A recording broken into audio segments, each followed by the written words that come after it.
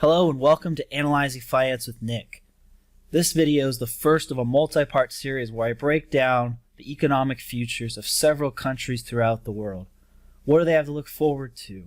What are the downside risks? And what are my expectations on whether these countries will thrive or struggle for the rest of the 21st century? The first one I'm talking about is Portugal.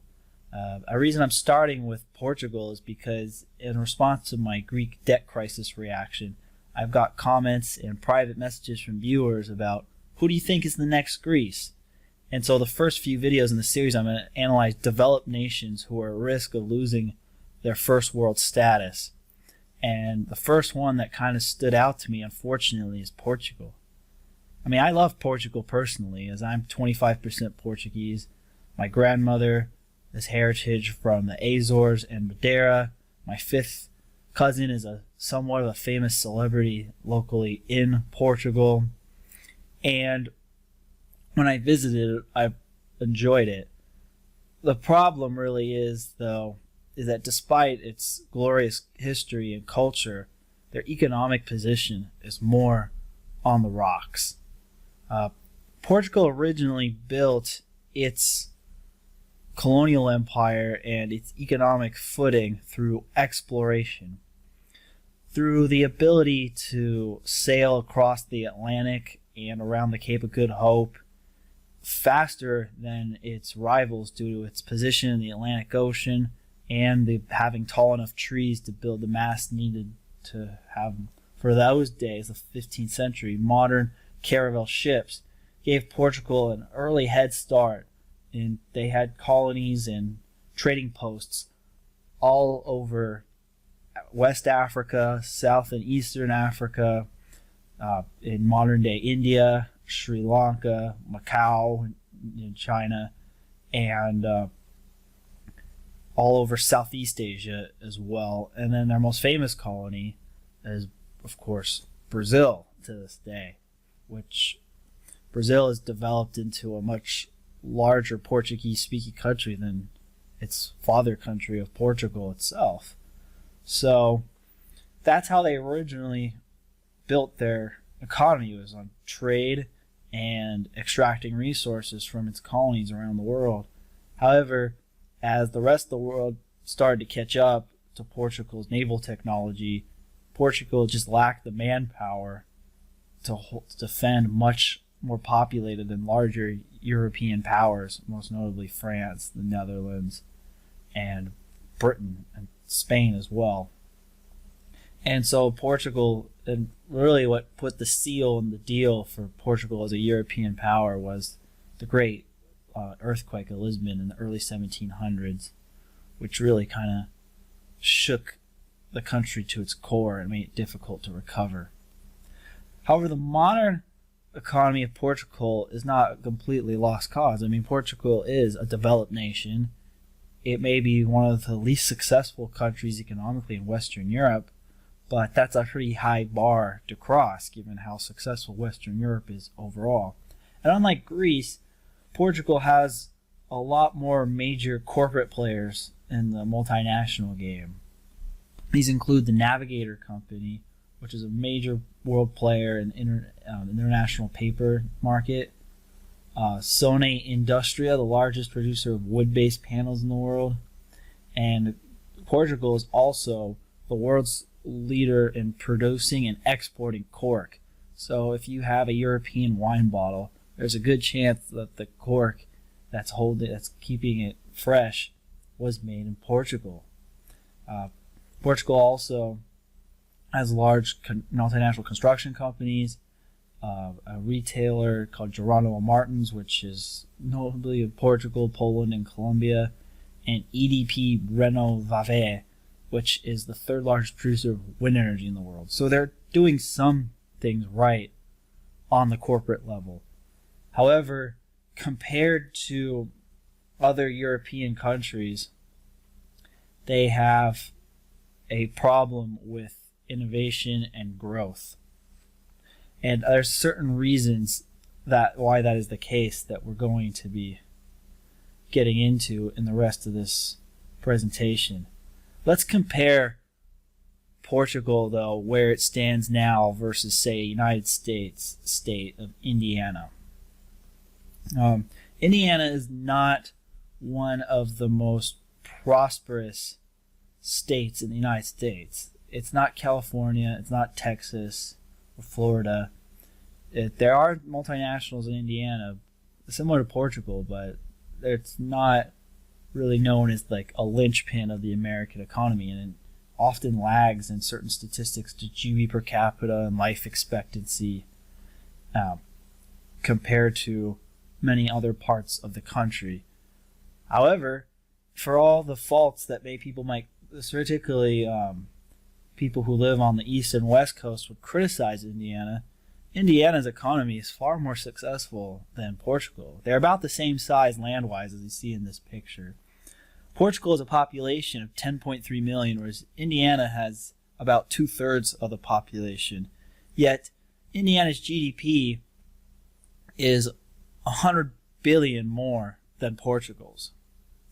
And if you adjust it for purchasing power, because generally the cost of living and things such as food and rents are much lower in Portugal than they are even in a Midwestern state such as Indiana, which is not known for being particularly expensive to live in, it is still about the same. What really plagues Portugal is its high public spending and unemployment. Public spending in Portugal is 48.4% of GDP, whereas in Indiana, and this is including Indiana's share of federal spending, because you have to count the federal government's percentage of GDP to all the states because they get net federal benefits, is 22.7% of GDP, the federal and state government combined. Unemployment is only 3.9% in Indiana, where it's 6.8% in Portugal. So, I mean, if Portugal is doing worse than one of the economically weaker states in the United States, that is a problem. And why this is the case has a lot to do with similar reasons that took down Greece. You have a bloated public sector. Most of that is spent on social protection programs, about 40%. And Portugal's problem is, and this is similar to other European countries, that without transfer payments, 45% of Portuguese citizens would be below the poverty line, which is a considerable problem. So you have a large chunk of the population relying on transfer payments, and that's why the government spending is so high. On top of that, you also have the issues of emigration. Portugal has the highest emigration rate as a proportion of its population in the European Union. More than 2 million Portuguese, which is about 20% of the population, now live outside the country. They're commonly found in Spain, Luxembourg of all places, Belgium, Switzerland, Germany, and UK, where there's just more job opportunities, particularly for educated people, which is why the multinational thing matters so much. Portugal's industry profile is better than, say, like a emerging market country, which generally relies on just raw material exports and tourism. But they're more second order goods and services versus the advanced ones that dominate the export profile of more prosperous countries. Like Portugal, I said, is a leading producer of cork, paper. They make some textiles, ceramics, glassware, wind power components, and building materials, and some telecommunications hardware as well. And there's a little bit of base metals mining. But generally, it's second level on the value chain. So it's above like EM, but it's still below, say, like, I don't know, the Americas or the UK spot or Germany spot on the value chain. And why did Portugal lag? Well, Portugal had a very turbulent politics.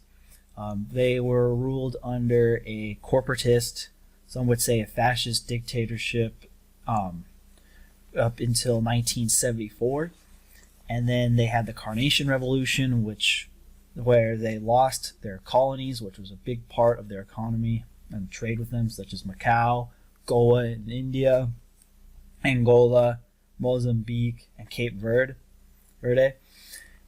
And there was also a lot of refugees of Portuguese people from those places who moved back due to the hostility of those regions breaking away. And that, adjusting for those factors, caused Portugal to slide in terms of its performance as a percentage of the average Eurozone economy from its high at 56% of GDP of the EC12 average, which was the predecessor to the Eurozone, down to 52.3%. And to this day, it's gained some gap back. It's now at about in the 60s percentile, but their GDP per capita is still not that high compared to some of the larger powers. And they got admitted to the EU in the late 80s, and that helped them, similar to Greece, be able to get much cheaper financing than they would otherwise to, again, build a much larger welfare state. And some of these ghost jobs that I mentioned in the reaction video to Greece, they had the same type of clientelism and institutionalized corruption that just not to the same degree. And its GDP per capita, its peak reached 80% of the EU 25 average, and now sits below 70%.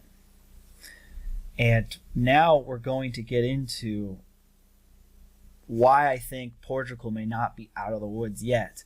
Because right now, nobody's really thinking about that, because the EU implicitly, when Mario Draghi did his whatever it takes promise in 2012 and then expounded on that through the ECB's QE program, which they still haven't removed despite inflation kind of starting to rip up again in Europe, to buy enough debt to keep the credit spreads tight between the country, and also prevent any sort of financing risk, because Portugal's debt to GDP has not fallen enough for it to be self-sustaining if it had to rely on market forces for interest rates.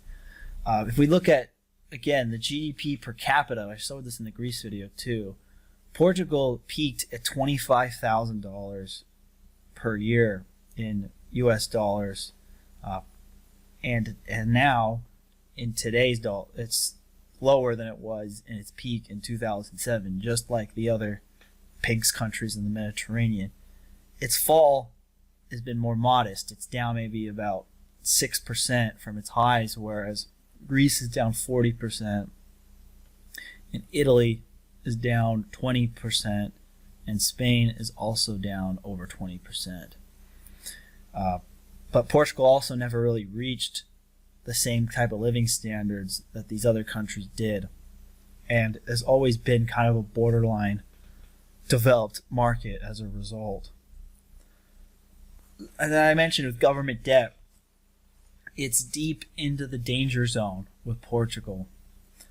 They did do some austerity measures that were forced as part of the conditions of getting help from the IMF, and they did even get a budget surplus in 2016. So because of that, they were taken off a lot of the governors that the EU restricted their government spending on. But then when the pandemic happened, they basically shattered their previous record, and now they're back at 133% of GDP, like the historical breaking level for a country for debt to GDP that it's very difficult to come back from is in the 90 to 100% range, and that's been long gone for Portugal's for the last decade or so. And really what's keeping them afloat is the ECB willing to keep subsidizing their debt like they're doing with all the peripheral countries. So the next thing is that why Portugal? What are the reasons for it? I mean, again, I mentioned they don't have as developed of an economy as some of their competitors in Western Europe and peers, and that they have a high government debt and a high reliance on the welfare state and social spending. But what really, I think, is the thing that kind of messed up Portugal, unfortunately, and caused a lot of this, was their policies on education. Portugal has had a very poor track record compared to the rest of the developed countries in terms of education. Back when the Salazar regime was in charge, they had a philosophy that people should just be happy in their station of life, and therefore he did not prioritize education, particularly for the working and lower classes. And he said, like, they're going to be lower class anyway, why bother to educate them? This was a kind of a foolhardy policy, and it's led to a severe undereducation rate of Portugal versus the rest of Europe.